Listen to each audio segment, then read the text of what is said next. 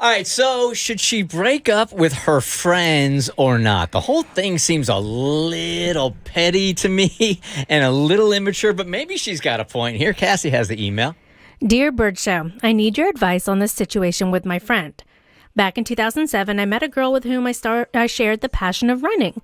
We were always running together. We'd pick races so we could train together. We ran all kinds of distances from a 5K to a 50K.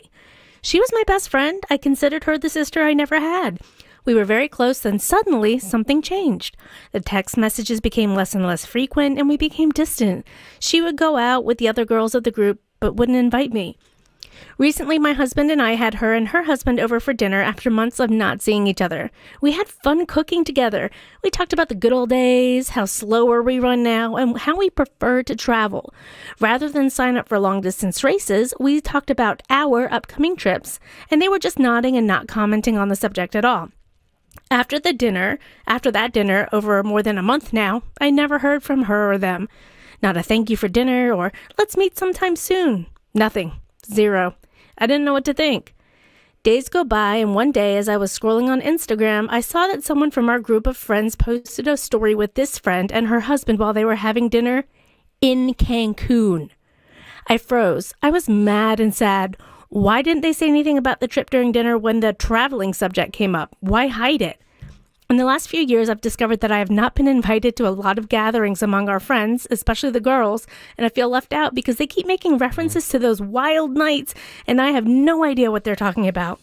The girls have a book club I'm not a part of that has become a gossip club, and they'd meet every Monday before COVID at someone's house on rotation. I was never invited.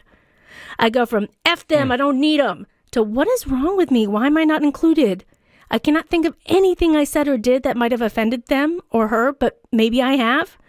Bert Show, what do I do? Help. This has caused me to have deep depression and dark, lonely days in the last 2 to 3 years, as I know this has been going on for a while, and I've now reached a point where I can't take it anymore. So do I ditch my friends, or do I continue to, quote, date them? Also, we're all in our 40s, so there shouldn't be any drama, right? Thank you for keeping me company every day with your podcast. G. Yeah, let me take back what I originally said, that this is petty. This is not petty. But I also think she's not a victim. If she doesn't like the way that her friends are treating her, then find new friends. I mean, it still hurts. I don't want to discard that, but find new friends. Nobody ever wants to feel excluded. That's a really sucky feeling. And, I feel like you have to pick and choose your battles here, because just because you invite one person doesn't mean you have to invite everybody. Like, you're allowed to go off and do things with certain friends, and you don't have to disclose all that stuff. However, when it comes to the book club, that's the one thing that stuck with me that I find odd, that they all did this club and they didn't ask her. So I would ask and be like, hey, why didn't you guys think to ask me? I like to read. Maybe she doesn't know how to read. Maybe don't think she knows how to read, and they didn't want to make it uncomfortable for her. They shouldn't assume. Well, she wrote us an email, so I think that's off the table. Maybe somebody wrote it for her. Okay. Somebody from the book club.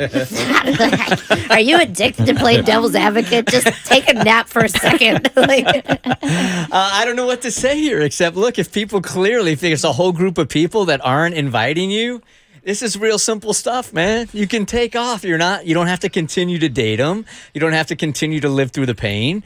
I don't know. Maybe I'm just getting to an age here where I'm like, if it doesn't feel good, then get out of it. I mean, you got control over it. I agree.